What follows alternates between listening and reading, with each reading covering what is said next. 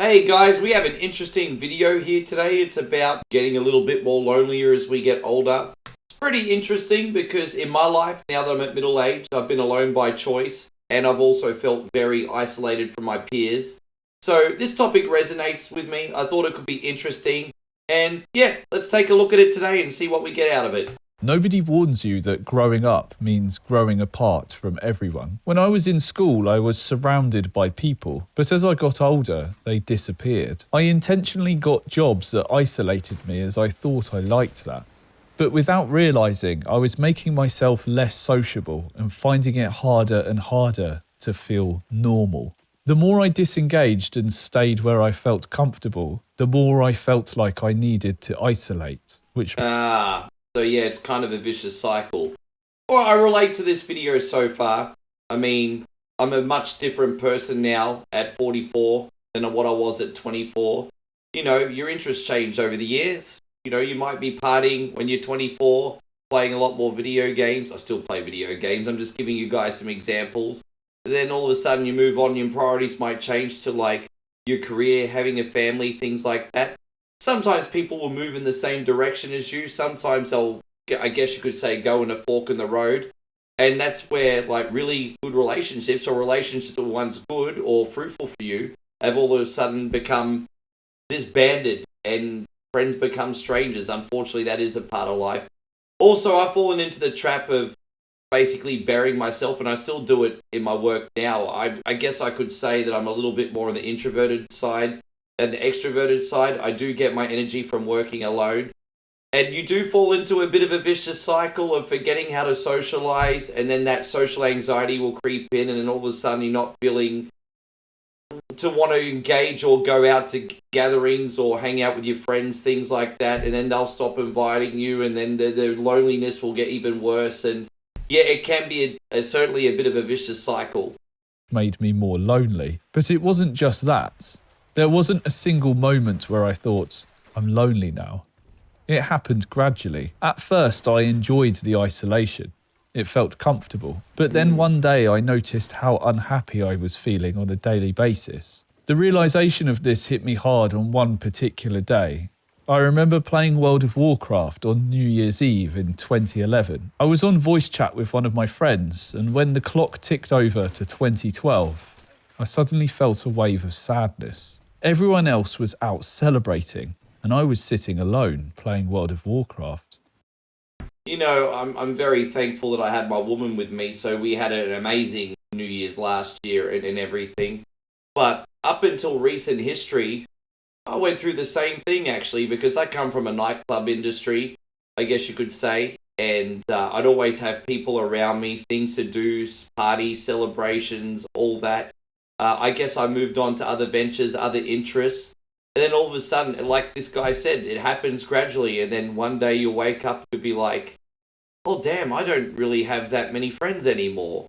And I used to like beat myself up over it, thinking, oh, geez, maybe you're not a good person. But sometimes people just, as I said, grow apart because interests change, priorities change. And then all of a sudden, when you're older, you have a lot more responsibilities as well. And I guess meeting people's not the priority, and it's a lot harder to do, especially if you're meeting people of your own age who have families and careers and things like that. Most people are already set in their friend circles as well. Yeah, wow. Even though I had a friend on Discord playing with me, I felt like a failure. I quit the game and went to bed.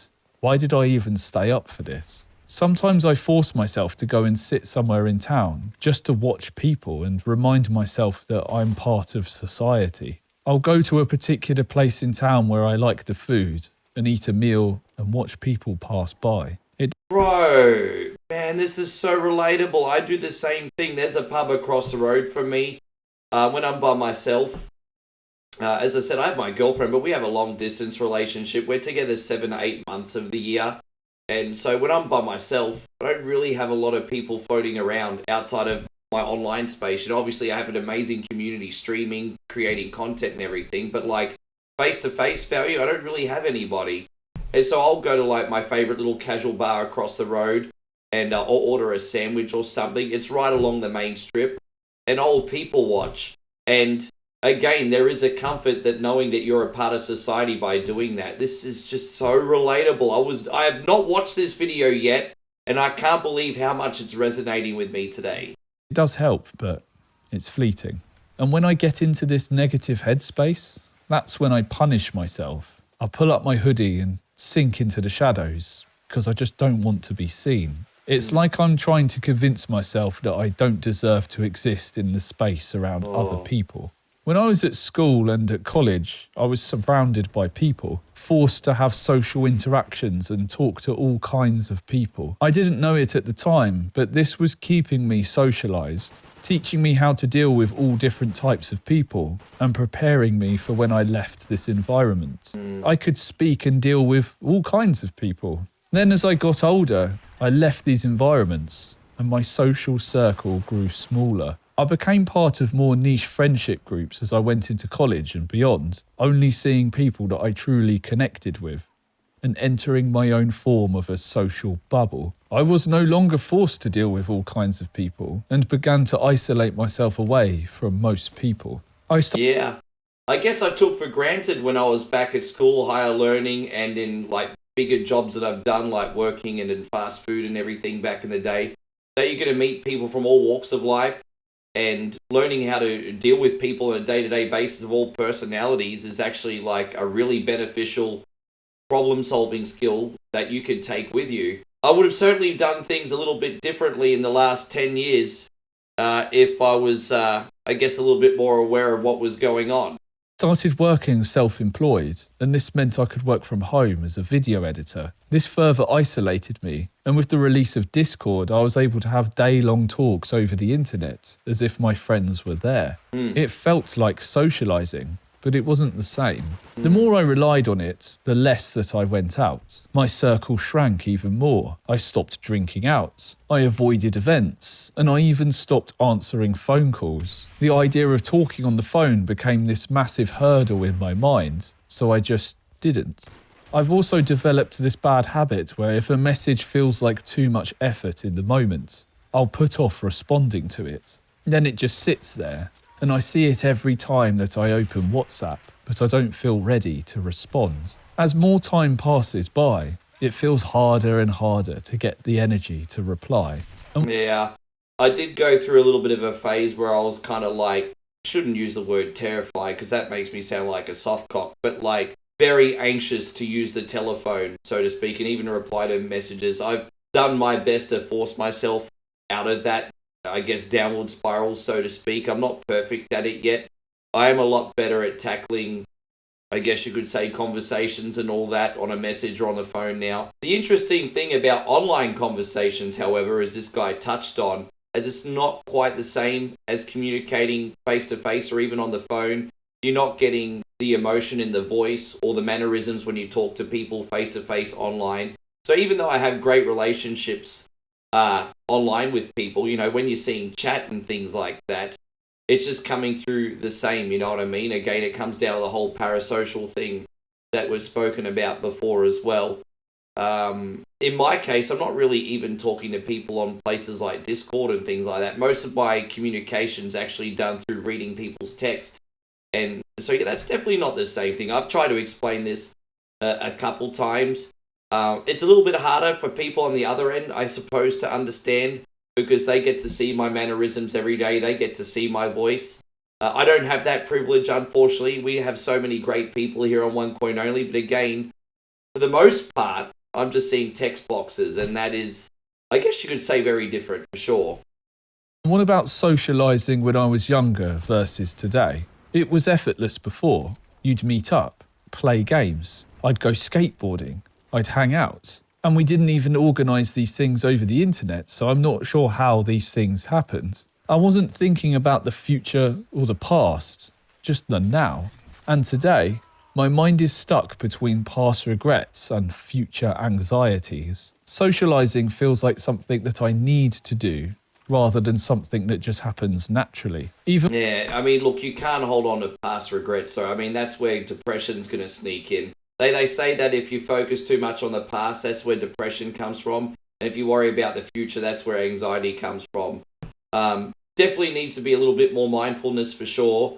just think, okay, you know what, things aren't perfect. I might be a little bit lonely. What can I do to be a little bit less lonely, I guess? As I said, it's easier said than done, but it's a case of being mindful in the present, maybe reverse engineering any problem you have rather than, I guess, lamenting or worrying about the future. And yeah, again, it's a very interesting video, guys.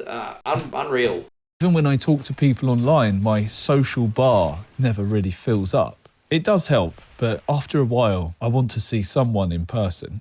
My friendship group kept shrinking over time. Some friends moved away, some found others that suited them better, and I stayed behind in my own little bubble. I get this feeling like a cloud of my own judgment washing over me. What did I do wrong? My mind then tells me that there's nothing worth doing, and I end up just sitting there in inaction, wishing things had gone differently. I've been invited to social events over the years, mostly at bars or pubs, but I never go. I don't drink, so I think, what's the point? But then I sit at home, doing nothing, wondering if I should have gone. I'll replay moments in my head, past conversations, interactions that probably meant nothing to the other person, but they felt massive to me. Yeah, I can relate to that. Like, sometimes I feel a very strong bond and affinity to somebody in my life. Like, they're a good friend, and, you know, how they are with me means a lot. And then I wonder if they even feel the same, or if I'm just like an indifferent blip on their, like, daily schedule, if that makes sense. Also, I think in my case, when it comes to all the texting and the phone calls, and, you know, I've been really, really, I guess you could say, bad in the past at keeping track of my friends. Not because I don't care about them, but mainly due to, you know, being anxious and everything, and nervous and socially, you know, social anxiety and things like that, to the point where I don't even really get checked on anymore or asked to any events, things like that. But it does make you question yourself. Is it because you're just not socialized, or is it because they think you're a bad person, or is it a combination of the two? And, you know, when you're constantly going through this loop in your head where you're second guessing yourself as a person, you just think, you know what, I can't be bothered with it. It's just easy to be by yourself. And then, yeah, I guess you could say the vicious cycle continues.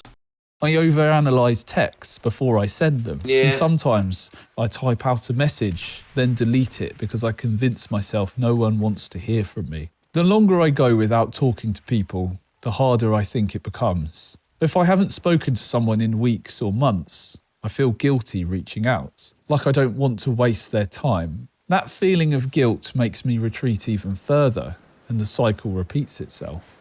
I was stuck in this feeling recently, walking through the park, seeing all kinds of people and families enjoying themselves, while I felt like I had the weight of the world on my shoulders. My hood was up.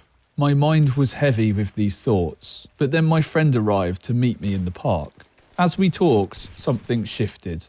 My thoughts slowed down, my self-criticism faded. Having a friend's presence there enabled my mind to stop focusing on self-criticism and focus on listening. Even when I know I should be around people, sometimes I resist it. I'll be invited somewhere and feel this internal conflict. Part of me wants to go, but another part of me just wants to stay in my own bubble. I've been invited to quite a few work events, but I decline every time. It's usually an invitation on the day, and I like to know about these things in advance. But recently I had an invitation a week in advance, so I thought I'd say yes. This is the first time I've agreed to meet in a bar or a pub for a really long time. When it was time to go to the pub, I felt very nervous. I haven't done this in a while. Should I even be going? Do you guys ever feel like sometimes you don't get asked to social occasions because you're a little bit too unique or different or strange, even if you want to use a harsher word? I'll give you an example. I remember my friend for a birthday once had a big 40th birthday party, and everyone, it was a 40th birthday party, theme was dress up. The theme was like 80s. And so you had people dressing up like as Prince and as other 80s hip hop stars and things like that. I mean, that's kind of where the social group was, to be honest. And I guess in hindsight, maybe I could have kept that in mind. But it was a bit hip hoppy, you know, pop culture, things like that. I was very, very different. And I dressed up as Johnny Lawrence from Cobra Kai, Karate Kid, when I went there. And I have to admit, I kind of stood out like a sore thumb. I really looked out of place compared to how everyone else was dressed up. I don't know if that made everyone uncomfortable or not. But, I mean, I certainly know a few friends that, looked like they were a little bit embarrassed that I had a different, I guess, get up or an outfit. I know it just sounds so silly and so superficial, but I'm just using this as an example of maybe sometimes it's a case of, again, when you start moving apart and your interests change, you just have to find your tribe. Once I got there, I still felt awkward, out of place, like I didn't belong here. But as time passed, something shifted. I started laughing. We started talking. And for the first time in a while, I felt like that I belonged in one of these places. A couple days later, it made me think, if I had let these anxious thoughts keep me home, I would have never experienced that moment. How many other good experiences have I missed out on because I assumed the worst? Loneliness can make you believe that people don't care, but sometimes all it takes is showing up to realise that they do. Yeah, that's a good point. Quite often with my family environment, I actually feel like I'm the black sheep of the family, well, certain members of the family. And then I'll rock up and we'll have a family get together. And for the most part, everything is really, really nice. And I kind of feel bad as well because I don't spend as much time with the family, for example, and they probably think I don't care about them. So again, it's probably another vicious loop. Very strange. Probably the same with my friends as well. Like when I do hang out with friends, the few good friends that I still have, it's like you pick up where you left off, even if you haven't seen each other for 6 months to a year. So maybe it is a case of just getting out of your own head a little bit. I don't know. Let me know what you think. The feeling isn't a fact. Just because you feel it doesn't mean that it's true. You're not worthless. You're just disconnected. If you're feeling this, try message someone today. Don't overthink it. If I could tell my past self something, it would be this. Don't wait for the feeling to go away before you reach out. The reaching out is what makes the feeling go away. So if you're watching this and feel like I did, send a message, plan something, and actually show up to it. Even if you don't feel like it now, your future self will thank you. What a powerful video, hey? Really interesting and a good message. So, I guess it's just a matter of discipline socially. You know what they say, you can't always wait for the motivation in life. You have to just do things that you don't want to do like you love them. I mean, that's where growth comes from. So whether it's looking after your health, going to the gym, or putting in that extra 2 hours into your side hustle, doing work. And I guess the same rules apply when it comes to being social as well. I mean, I feel like I've actually learned a little bit and about myself as well from this video. You'll have to let me know if you guys got anything out of it as well. But I'm glad I reacted to this today. Let me know your thoughts in the comments. And thank you for watching, guys.